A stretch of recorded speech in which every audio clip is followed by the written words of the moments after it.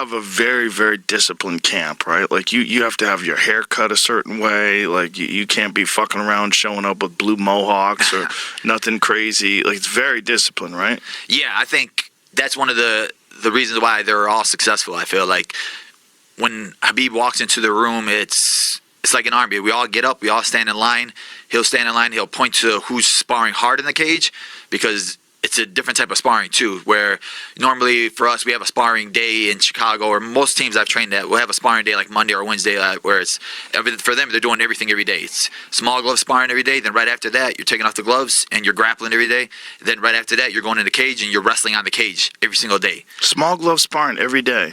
But it's light, so it's where it's you don't want to you're not trying to knock each other out. Right. But then if he points to you that you're going to your hard sparring, then you're going in the cage with big gloves on. Mm-hmm. And those guys we're going hard, and he's cornering, and then Javier Mendez is in there cornering, so you're getting that real fight feel. For me, I was down there with him for 5 weeks, so Khabib would corner his guy, and my coach Lewis Taylor was down there with me in Dubai, and he would corner me. So it's like, it's a real fight feel. The guys outside of the cage will sit there, peek in. So you get those little nerves that you would get in a fight. And I'm sparring with somebody, his cousin Abu Bakr, who's also in the UFC welterweight. You're sparring with somebody you're really not used to.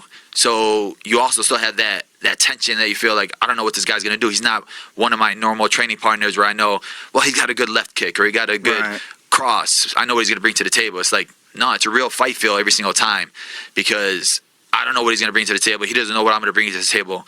And we have two corners cornering each other in there. So when it's your hard sparring, you're in the cage. When it's not hard sparring, you're outside of the cage. You're doing a little bit of technique. Then it's light sparring going. So was this camp going there and train there for 5 weeks? Is that just a big change in the way you look at things and like an eye-opening experience? Yeah, because, I'm a guy that I like to cross-train a lot. I'll go to a bunch of different gyms. I've been to Sanford MMA. I've been to Fortis. I've been to Canada before to train with Faraz Hobby. And I want to bring that knowledge back to my team and back to my coaches. Like, yo, these teams are successful. This is what they're doing. This is what we got to start doing too. Because we're a small gym in Chicago. And, we had a world champion, Juliana Pena, with us. But still, you have to keep evolving. You have to keep trying to do what the best teams are doing, and seeing how their team is, how disciplined they are. It's like none of the guys are going to show up late to practice. You're not going to show up late and smile and laugh.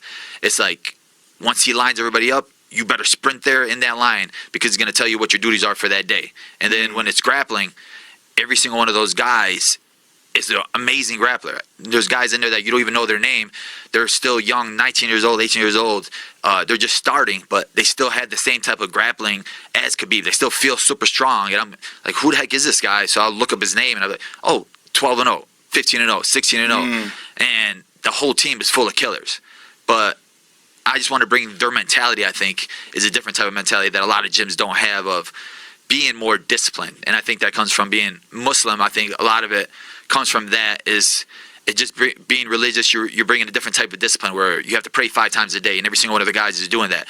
None of their guys are drinking. None of their guys are going out and partying. If there's guys that come to practice and they look a little bit tired, Khabib will take their phone away from them, and he won't give it to them until the next day, tomorrow morning. So he'll take their phone at night, 9 p.m., and then you have to go to sleep, get a good night's sleep, and then next practice he'll give you your phone back, because you're probably on your phone all night playing games or something stupid. And he pays attention to those things, and the fact that he wants you to win that bad, because he doesn't need to be there. He doesn't need to give you the knowledge. He doesn't need to care that much about you if you don't care about yourself. But it just shows you like how much of a great person he is too, and it just makes you want to work that much harder for him. Well, just being around someone who is, if he's not the GOAT, I mean, is there a GOAT? I don't know. It might be Mighty Mouse. It might be John Jones. It could be Khabib. It's in there's a conversation to be had for many fighters when they're in their prime. But Khabib's the first one to really retire completely undefeated, where you can make the argument that even the rounds he lost, if he lost like one round against Conor, and maybe one round at another point in his career, they were barely. They were like coasting rounds where he just like was refreshing himself and then comes back and dominates. Yeah, so if you're training with a guy like that, like, fuck, man. Yeah, and I think that's a big thing too, is, one time we were training in Vegas, and I have a Moroccan kickboxer that I trained with, and we were down there training with Khabib's team, and he's sparring one of their guys, and he's a great kickboxer, and their guy's obviously a great grappler, but he has striking. So the first round, he's taking my guy down, beating him on the ground, and the second and third round, he's like, let me strike with him a little bit because the ground is kind of like too easy. So he's striking with him. My guy's landing hard kicks, hard punches, hard knees, and then Khabib just like stops him and like snaps at him like, you took him down, you treated him like a baby. Like, why are you going to sit there and kickbox with a kickboxer? I don't care if this is practice. I don't care if this is sparring. The goal is to win. If you want to look stupid, you want to be dumb, then go against the plan. Go against the route that's going to help you win. He's like, and that, like, open your eyes, too. It's like, he knows the path to victory. All their guys know the path to victory. It's hard grappling, heavy grappling, and strength on the ground. It's like, why are you going to be dumb and spar with a Moroccan kickboxer for and ego. take that damage? Yeah, ego. Yeah, and ego's a motherfucker. Yeah. It really is.